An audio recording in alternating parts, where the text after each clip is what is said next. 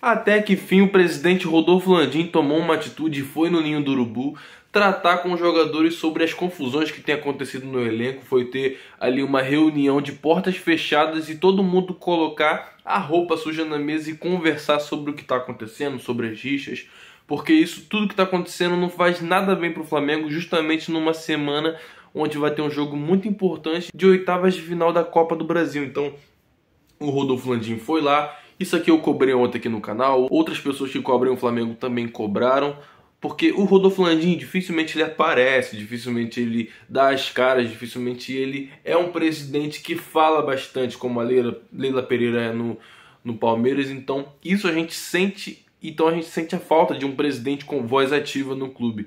Então hoje ele foi lá e eu vou estar falando sobre esse e outros assuntos nesse vídeo. Por isso eu peço a vocês que se inscrevam no canal, ative o sininho de notificação. É muito importante que você apoie meu trabalho que está só crescendo aqui no YouTube. Lembrando que é só você consegue fazer meu canal chegar a lugares altos. Então vamos lá. Vamos para as notícias de hoje, falar sobre o nosso time do coração, o Flamengo. Gente, começando aqui com uma notícia muito boa. 4 jogadores treinaram com bola hoje. Foram Léo Pereira, o Wesley, Arrascaeta e Pedro. E esses jogadores treinaram separado em alguns momentos por conta de dor, desgaste e até por lesão. Então, vamos estar falando aqui a situação de cada um. O Pedro, ele sentiu o tornozelo e estava treinando separado do grupo, estava ali fazendo um trabalho intensivo para voltar o quanto antes e hoje treinou normalmente.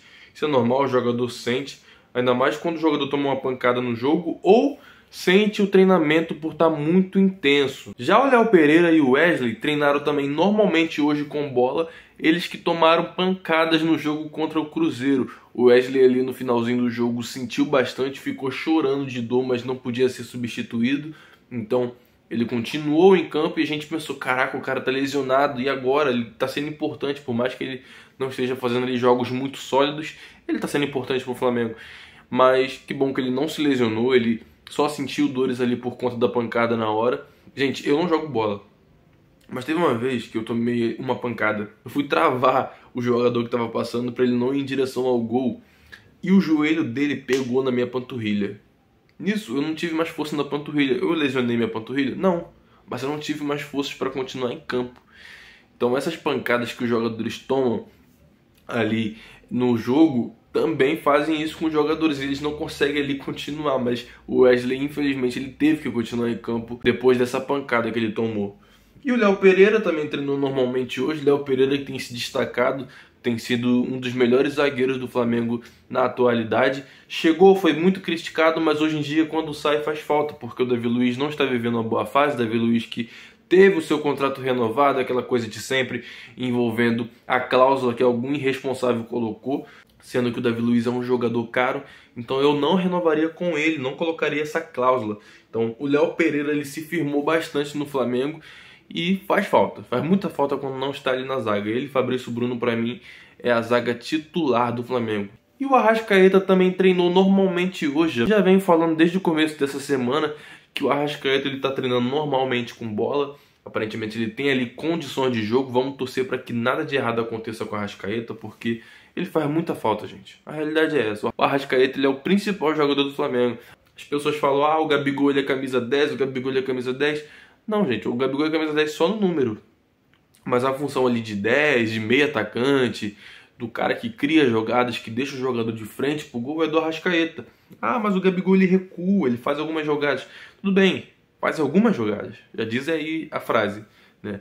Mas o Arrascaeta não. O Arrascaeta é um jogador diferenciado e a visão de jogo dele e também do Everton Ribeiro. O Everton Ribeiro também faz muita falta. São dois jogadores que têm uma visão de jogo muito grande e conseguem criar muitas jogadas para o Flamengo. Por isso que a gente precisa imediatamente reforços para a posição destes jogadores, porque se perder um deles, o Everton Ribeiro está em final de contrato. O Flamengo ainda não começou a conversar com o jogador, sendo que só falta um mês para começar a janela e ele pode assinar um pré-contrato com qualquer equipe. Então, se eu fosse o Flamengo, eu renovava, corria atrás logo disso, porque por mais que ele tenha ali 34 anos, ele ainda rende o suficiente. E se vocês lembrarem, a jogada da Libertadores lá, do gol da Libertadores, que saiu dos pés dele, né? A jogada entre ele e o Rodinei até chegar ao cruzamento pro Gabigol. Gente, falar sobre o Rodolfo Landim. Comecei falando sobre isso no começo do vídeo. O Rodolfo Landim, ele foi no centro de treinamento do Flamengo, o Ninho do Urubu, e teve ali uma reunião de portas fechadas com os jogadores para tentar entender o que está acontecendo no Flamengo. Essa situação onde tá saindo várias notícias que os jogadores não estão bem, que o elenco tá rachado, que tá acontecendo um monte de coisa justamente na semana do jogo contra o Fluminense. E a gente pensa assim, cara, por que foi vazar justamente nessa semana? E como é uma notícia que chama a atenção, todo mundo replicou. Eu fui um dos que replicaram, trouxe a notícia aqui. Mas a questão é que além de dar likes e cliques, o que isso dá? O que isso gera? Isso gera um desgaste dentro do clube que faz com que o time não renda em campo. Isso gera, talvez em alguns casos, até demissão do treinador, quando o treinador está ali na berlinda, ali, quando ele está ali quase sendo demitido. Então, a gente que traz notícia do Flamengo, a gente tem que ter cuidado, tem que analisar o que está sendo trazido de notícia pra gente divulgar para vocês, porque algumas notícias podem ser verdadeiras. Eu não desconfio do que acontece dentro do Flamengo, da briga de egos que é lá dentro. Eu desconfio dessas informações chegarem nesse exato momento. Qual é a intenção?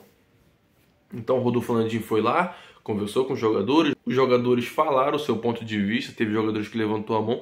A gente não tem muita informação porque essa reunião foi mais confidencial, não foi aberto a ninguém, a não ser que tenham pessoas lá dentro dessa reunião que solte alguma coisa mais pra frente e a gente vai poder trazer aqui pra vocês. Mas tava faltando isso porque o Rodolfo Landim, eu vivo dizendo aqui, ele é um presidente omisso. Ele é um cara que aparece só nos títulos, aparece na hora boa. E o Flamengo, às vezes passando por perrengue, ele deixa tudo na mão do Marcos Braz. É o que parece pra gente. É o que parece. Não vou ficar aqui, o Rodolfo Landim é um ótimo presidente, é o presidente da gestão mais vitoriosa do Flamengo. Que adianta ser vitorioso e passar por um monte de vergonha que passou nessa temporada e na temporada de 2021 e outros momentos que perdeu vergonhosamente para outros times. Então, o Flamengo, por mais que ganhe bastante, tem perdido bastante nos últimos anos com essa gestão. Por conta de planejamento errado, por conta de tratar os jogadores ali como parte da família e não deixar jogadores que já não rendem ir embora, jogadores que às vezes já têm idade e não pode ficar ali no Flamengo, não pode mais ficar ali dentro do clube. E isso tudo passa pela diretoria, passa pelas escolhas deles. Então, hoje eu gostei dessa atitude do Rodolfo Landim. Eu sempre vivo criticando aqui, mas hoje eu gostei, porque era o que estava faltando. Porque até então essa reunião, eu pensei que ela ia acontecer logo cedo. Eu trouxe até um vídeo falando, pô, não aconteceu reunião, como assim? Falou só para a imprensa se acalmar? Mas não, a imprensa aconteceu hoje pela tarde e felizmente conseguiu ali acalmar os ânimos e a gente vai ter uma tranquilidade a mais em relação aos jogadores. Se não se gosta, se não é amigos, não importa. Ali tem que ser profissional, tem que ser um jogador centrado no jogo para entender que o Flamengo precisa vencer. E tem que jogar com a camisa e honrar a camisa. E amanhã todo mundo no foco contra o Fluminense. Gente, os últimos jogos contra o Fluminense têm se tornado verdadeiras guerras. Não no sentido literal, mas na questão de você não conseguir vencer o Fluminense. E quando você não puder ir ali na tática, você vai ter que ir na raça, porque o Fluminense é um time que joga bem, é um time que incomoda o Flamengo, é um time que nos últimos confrontos eles se deram muito bem em cima da gente. Muito bem. E a gente ficou ali, ó, passando raiva, torcedor bolado. O Carioca ele não vale nada, né? Financeiramente falando. Mas a gente perdeu pro Fluminense o Carioca depois de já ter perdido um monte de competição esse ano. Se a gente chegasse e perdesse ali pra eles depois de ter ganhado, pelo menos ter ficado em segundo lugar no Mundial de Clubes, ter ganhado a Recopa, a Supercopa, a gente ficaria tranquilo. Mas não. O que aconteceu foi o quê? A gente não ganhou nada antes disso e quando chegou numa final ali que tinha chance de ganhar, a gente não ganhou e a gente ainda perdeu de 4-0, se eu não me engano, 4-1. Enfim, foi uma derrota triste e a gente vê que a gente passa muita dificuldade com o Fluminense. Então tem que ter o foco, precisa acreditar até o final, precisa ir pra cima, precisa correr até o fim, mudar o time se for preciso, caso algum jogador não esteja rendendo, não insistir no Vidal, porque eu vivo falando aqui, não dá pra insistir com o Vidal no time. O Vidal já é totalmente descartável nesse time do Flamengo. Eu acho que às vezes nem os 15 minutos finais dá pra colocar ele. Gente, falar sobre o Cuejá. Cuejá foi um jogador que passou pelo Flamengo, hoje em dia está no Al Hilal, não sei pronunciar o nome, e o Corinthians fez uma proposta pelo jogador. E o Al Hilal quer aproximadamente ali 5 milhões de dólares, que na cotação atual estaria batendo 25 milhões de reais.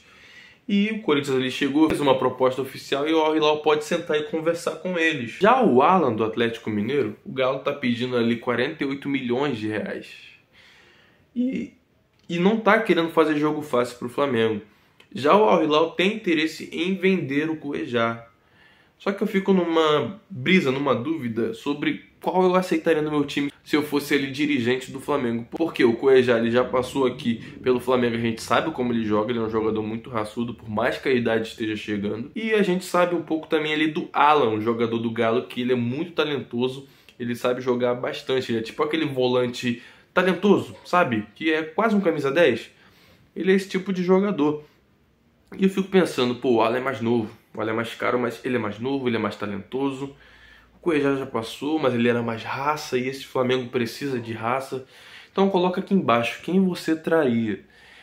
Claro, levando em consideração o preço, idade do jogador e o que eles entregam em campo. Então eu acho que o Flamengo deveria contratar o Alan, na minha opinião.